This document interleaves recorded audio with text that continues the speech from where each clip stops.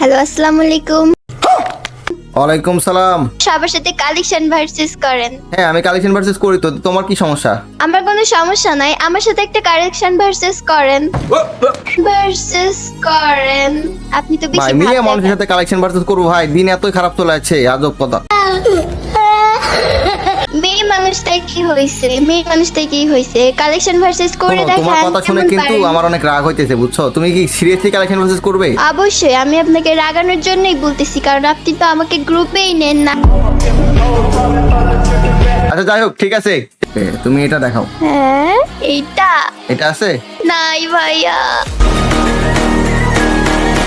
চলো এটা দেখাও।